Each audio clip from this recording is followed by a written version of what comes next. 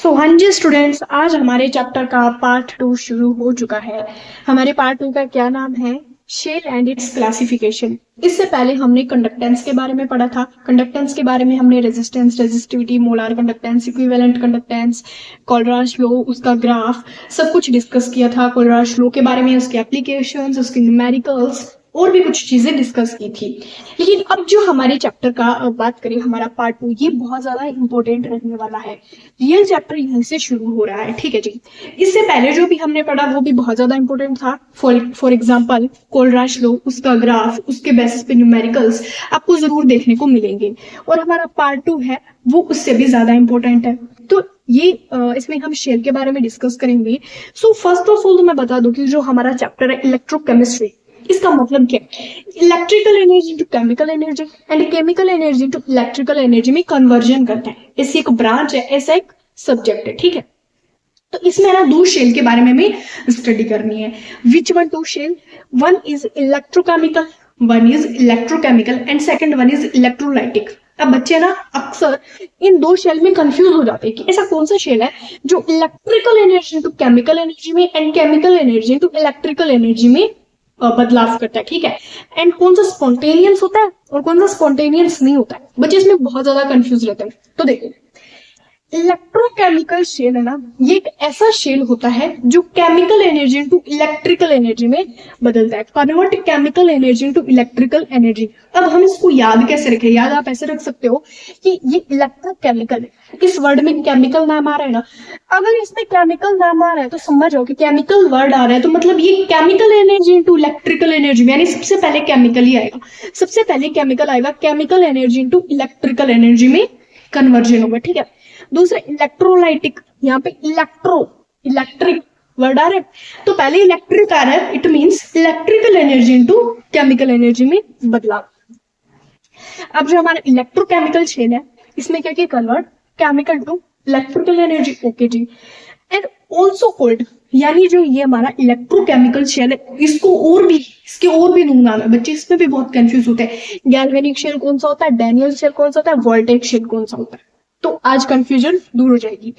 ये जो electrochemical shell होता है जो chemical energy to electrical energy में बदलता है, इसको हम गैल्वेनिक और वोल्टेक शेल बोलते हैं।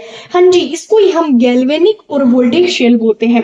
डैनियल वाले को हम इलेक्ट्रोलाइटिक में यूज करेंगे। और ये एक स्पॉन्टेनियस प्रोसेस होती है। स्पॉन्टेनियस यानी नेचर के थ्रू होती है। नेचर के थ्रू कैसे?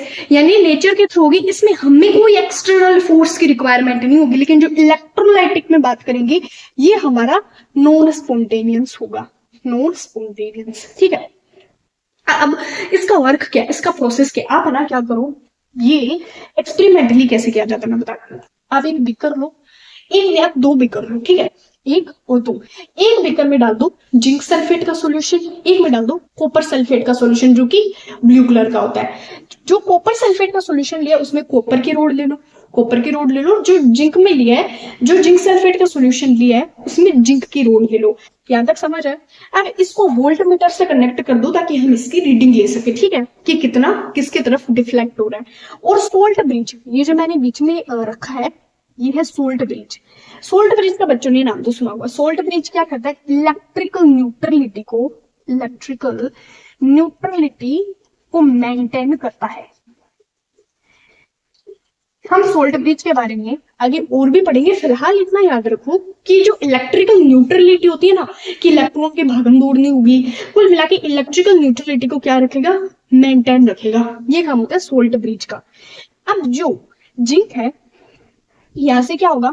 इलेक्ट्रॉन का फ्लो होगा। यहां से क्या होगा? इलेक्ट्रॉन का फ्लो होगा।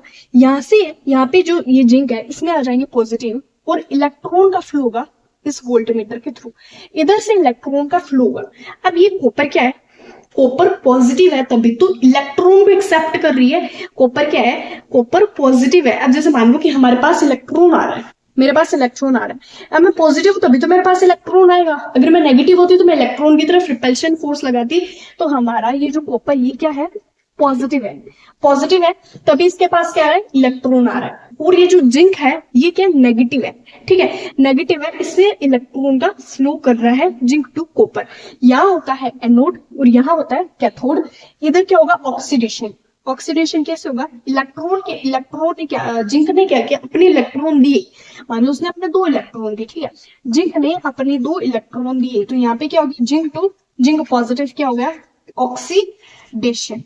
और ये जो कॉपर सल्फेट वाला सॉल्यूशन है ये इलेक्ट्रॉन को एक्सेप्ट कर रहा है, ये इलेक्ट्रॉन को एक्सेप्ट कर रहा है, ये Cu पॉजिटिव इलेक्ट्रॉन को एक्सेप्ट करके क्या बन रहा है, Cu, ठीक है। इसके पास इलेक्ट्रॉन की कमी थी, पॉजिटिव चार्ज था, इलेक्ट्रॉन आया, एक्सेप्ट किया और क्या कर लिया, रिडक्शन। यहाँ पे आप खुद देख सकते हो, यहाँ पे 0 टू +2 हो रहा था, +2, और यहाँ पे +2 टू 0 हो रहा है, यानी चार्ज कितना आ गया, 0। तो यहाँ पे क्या हो रहा है, रिडक्शन, ठीक है। अब इतनी बात समझ आ गई, एनोड पे पॉजिटिव, कैथोड पे नेगेटिव, ठीक है। अब ये जो एनोड है यहाँ पे ऑक्सीडेशन होगा, कैथोड पे रिडक्शन होगा, सॉरी, ये जो कॉपर होता है ये पॉजिटिव होता है, जिंक होता है वो क्या होता है, नेगेटिव होता है। अब आप इसको किस ट्रिक से लर्न करोगे, loan left oxidation, anode negative, ये क्या है, राइट हैंड साइड, ये लेफ्ट हैंड साइड, तो लेफ्ट ऑक्सीडेशन हुआ एनोड पे नेगेटिव, ठीक है।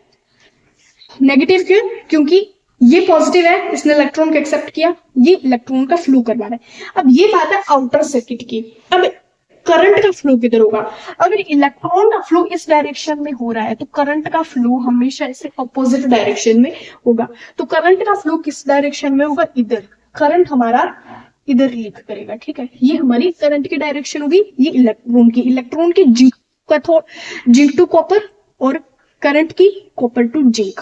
अब ये जो हमारा जिंक सल्फेट का सॉल्यूशन है, इसमें zinc 2 positive, SO4 2 negative, ions क्या हो जाएंगे, लिबरेट हो जाएंगे।